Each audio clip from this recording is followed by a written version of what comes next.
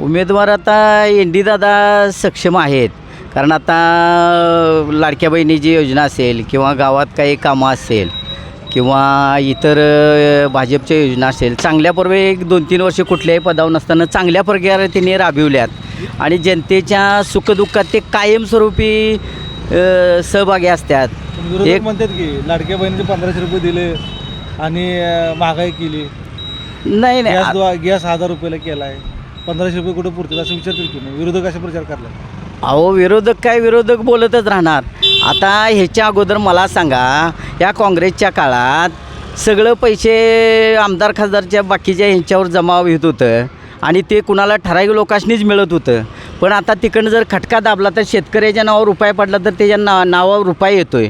कुठलीही योजना असू दे की सांगतो, सरकार हे विरोधक सरकार आहे हे आपल्यापरीनं ते टीका करत राहणार.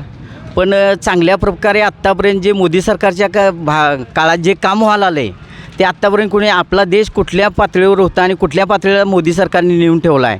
चांगल्या प्रकारे मोदी सरकारचं एक काम चालू आहे.